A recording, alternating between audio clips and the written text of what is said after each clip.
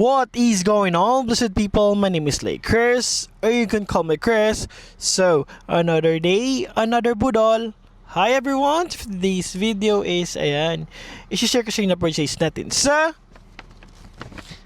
Calvin Klein. So, without further ado, yes, i-unbox natin to. Again, disclaimer, this sponsors, nabili ko to ng regular.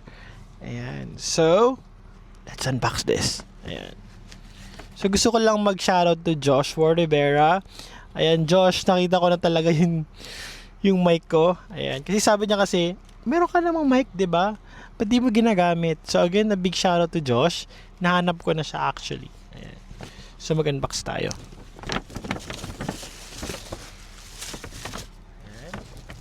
So, honestly guys, ito yung mga kulay na medyo hindi ko masyadong binibili because ang hirap bagayan, but gawa nung meron akong olive green na tawag dito na sweater from Essentials or Fear God. Ayan, so nakapag-purchase tayo ng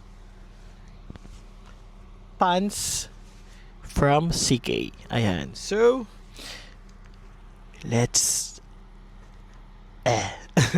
so ayan, so samahan nyo ako at share ko sa inyo to. So ayan, so for this one this is the 90s collection ng CK.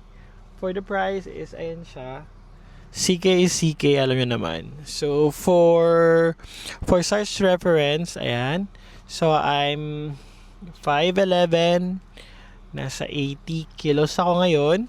And yung waistline ko is madalas 32 to 30. But pag sa CK, 33 ang ginagamit ko. Ayan. So, this is the 90 straight. Ayan. So guys, baka pag may makita kayong CK na size 33 to 32, PM nyo ko. Ayan. Ito yung mga collection yung hinahanap ko ngayon guys. Ayan. The color is olive green and it's super nice. Ayan.